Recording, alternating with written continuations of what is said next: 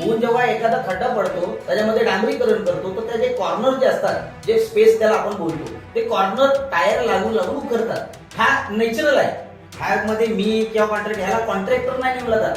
गोलकोंडला झालेला जो रस्ता आहे त्या गोलकोंडच्या नागरिकांनी छाती ठोकून तिथे उभा राहून रस्ता केला. आज पण एक खड्डा नाही आणि गोलकोंडला तसं काय झालं की तिथं खड्डा आला, मग याला जबाबदार कोण?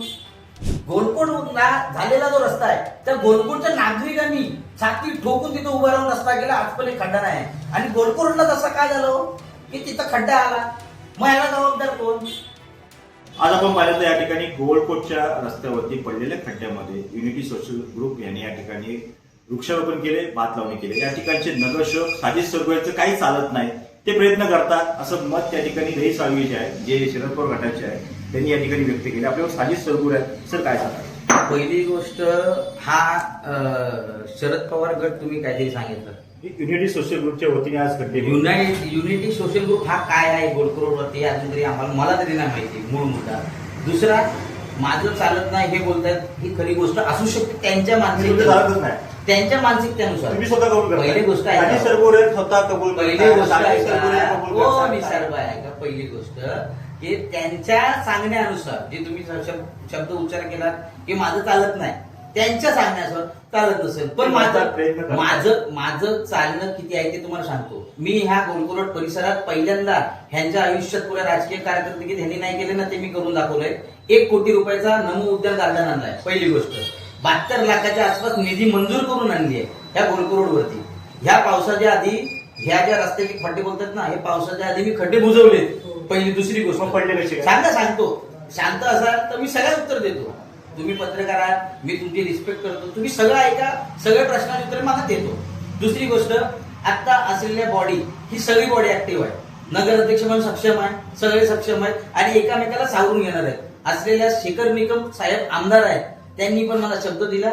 त्याच्यानंतर पालकमंत्री साहेबांनी शब्द दिला की गोलको रोडच्या रस्त्यासाठी 870 स्क्वेअर मीटर 870 मीटरचा रस्ता आहे आणि तो जो रस्ता आहे त्या रस्त्यासाठी 1,43,00,000 रुपयाची जी निधी आहे ही आम्ही तुम्हाला दिली असं तुम्ही गृहीत धरा. पण आत्ताच्या तुर्तास म्हणजे आत्ता जे काम आहे त्याच्यामध्ये रस्ता हे सिटीमध्ये कुठलाच होणार नाही. मेन तो का, तो मला विचारा. तर का? कारण का त्याच्यामध्ये असलेला जो एसटीपी प्लांट जाणार आहे किंवा जे भुयारी गटार जाणार आहे हे एक साईडला जाणार आहे. जर आज मी भुयारी गटार टाकायचा असेल आणि मी जर पाईपलाईन नेली, समजा मी रस्ता बनवला आधी आणि पाईपलाईन नेली, मग परत रस्ता उकरू, मग परत नागरिकांचे पैसे पाण्यात टाकू, असं करू का? तर त्याला काम नाही बोलत. कामाची पद्धत काय, ग्रॅव्हिटीची पाईपलाईन गेली पाहिजे. त्या ग्रॅव्हिटीच्या पाईपलाईन नंतर भुयारी गटार राहणार आहेत. त्याच्यासाठी इंटरनल रोड, इंटरनल गटार असणे पाहिजे. हे यांनी केलेलं नाही. हे माझ्याकडे पेपरवर आहे, ह्याच्यातली मंजूर झालेली कामं आहेत. म्हणून मी एवढं ताट बोलतोय आणि हे बोलतं चालत नाही. कधी या बोला नगरपालिका हाय असं मत आहे की जे तुम्ही प्रयत्न करताय, सत्ताधारी वेगळे आहेत, त्यामुळे तुमचं चालत. बघा, मी एकच गोष्ट सांगतो, जेव्हा आम्ही काउन्सिलमध्ये बसतो तेव्हा सत्ता आणि विरोधी पक्ष हा आम्ही तिथं काही गृहीत धरत नाही. एखादा 100% जर चुकला तर तेवढी माझ्या धमक आहे की मी गांधीवादी आहे की 100% त्याला रोखतो, त्याला टोकतो आणि मी ते बोलणारच आणि भविष्यात पण बोलणार. मग मी वाक्य विचारलं होतं की आम्ही खड्डे भरले होते, मग खड्डे भरले होते, मध्ये पण खड्डे हा प्रश्न पडतो. हा ऐका, बरोबर आहे. पूर्ण सिटीमध्ये नगरपालिकेने पावसाच्या आधी खड्डे भरले हे असं कोणी नाकारू शकत नाही. ऐकलं, पावसाचा जोम असताना जेव्हा खड्ड्याची पॅचिंग केली जाते तो पॅचिंग ही हात वर्क असतो, हँड वर्क असतो, त्याला मशीन वापरले जात नाही. म्हणून जेव्हा एखादा खड्डा पडतो त्याच्यामध्ये डांबरीकरण करतो तर त्याचे कॉर्नर जे असतात, जे स्पेस त्याला आपण बोलतो, ते कॉर्नर टायर लागून लागून उखडतात. हा नॅचरल आहे. ह्यामध्ये मी किंवा कॉन्ट्रॅक्ट ह्याला कॉन्ट्रॅक्टर नाही नेमला जात, ह्याला नगरपालिका काम करते मेंटेनन्सच्या ह्याच्यावर. आता हा जो रस्ता झाला हा कुणाच्या बॉडीत झाला तो विचारावा मला, तो कसा झाला तो विचारा.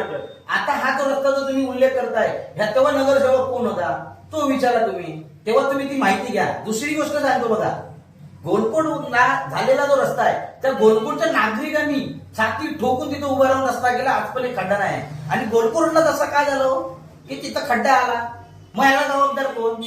मग तेव्हा जे राजकारणी, मग ते राजकारणी कोण होते ते विचार करा पाहिजे, ते माहिती घ्या. दुसरी गोष्ट शाहिदभाई, तुम्ही म्हणता ठीक आहे, यापूर्वी जे घडलं होतं ते वेगळं होतं. 9 वर्ष नाही, ते जे घडलं ना, ते जे घडलं ते 9 वर्ष ऐकावं, 7 वर्षानंतर जर रस्त्याची परिस्थिती अशी होऊ शकते, मग असलेल्या तो नगरसेवक किंवा ती असलेले राजकीय पुढारी ते कसे होते विचार करा. असता यापूर्वी प्रशासक होता, आता तुमची body. प्रशासन नव्हता. हे जे नगरपालिकेच्या क्षेत्रात जे काम झालेलं होतं तेव्हा बॉडी होती Body होती, पण त्यानंतर आणि त्या प्रशासक होता. बॉडीने काम केलेला जो रस्ता होता त्यानंतर- आता मी जर त्याच्यावर परत बोट ठेवला की तुम्ही बोला ते साधीच आरोप करतोय म्हणून मला त्या आरोपाच्या ह्याच्यात जायचं नाही. मग त्याच्यामध्ये असलेले ते नगरसेवक लपटले जातील. मग त्यांनी काय केलं, मला त्यांच्याशी काही कुणाच्यावर वैर नाही आणि मी कुणाजवळ असं टीका डायरेक्ट करत नाही. पण माझं घरच्या साईडला ते आता मशीन टाकली की खड्डे बनवायची, पण ती टाकली गेली काय त्याच्यावरती संशय ऐका, आता त्यावरती का नाही बोललो ते सांगा. त्यावरती असलेले जे आमचे बांधकाम सभापती कपिल शिर्के म्हणून आहेत त्यांच्याजवळ माझं पहिले पण बोलणं झालं आणि आज पण झालं. मशिनरीज आणि असलेले लेबर मॅन पॉवर तेवढी नसल्यामुळे बाकी भागामध्ये 4-4 माणसं डिवाइड केलेली आहेत. आता एक फक्त सिटीत चिपळूण गोलकोरड हाच भाग नाही ना, तर किमान 14 वॉर्ड आहेत. 14 वॉर्ड मध्ये 28 नगरसेवक आहेत. तर प्रत्येक प्रभागात काही ना काही खड्डे आहेत, काही ना काही पॅचवर्क आहे. म्हणून प्रत्येक लेबर प्रत्येक माणसाला विभाजन केलेलं आहे, त्या हिशोबाने काम केलेलं आहे. आता ह्या 2 दिवसानंतर आपले असलेले नगरपालिकेचे कर्मचारी इथे येऊन काम करणार आहेत. त्यांनी कमिटमेंट दिली आहे. मग हे गवतं बिवतं शेतात लावतात, रस्त्यावर नाही. म्हणून ते त्यांना समजलं पाहिजे होतं, त्यांचे कान टोचले पाहिजे होते. तुम्हाला एक पहिली गोष्ट सांगतो, कामाची एक पद्धत असते. ज्या भागात जो नगरसेवक असतो तिकडच्या नागरिकांनी तिकडे जाऊन पहिले त्याला विचारलं पाहिजे की बाबा काय झालंय काय नाही आणि त्यानुसार पुढे गेलं पाहिजे. जर तुम्हाला सकारात्मक उत्तर नाही भेटलं तर तुम्ही तुमचे ऍक्शन करा. अननेसेसरी काहीतरी मी बघा चुकीच्या विषयाला समर्थन करत नाही आणि जर चुकीचं असेल तर मी सोडत नाही. आता जे काही खड्डे पडले सगळीकडे त्यावरती तुम्ही नेमकं काय करणार? बघा माझं काय जे आहे आता जे काम आहे त्याच्यावरती आपण खड्डे पॅचिंग करतोय.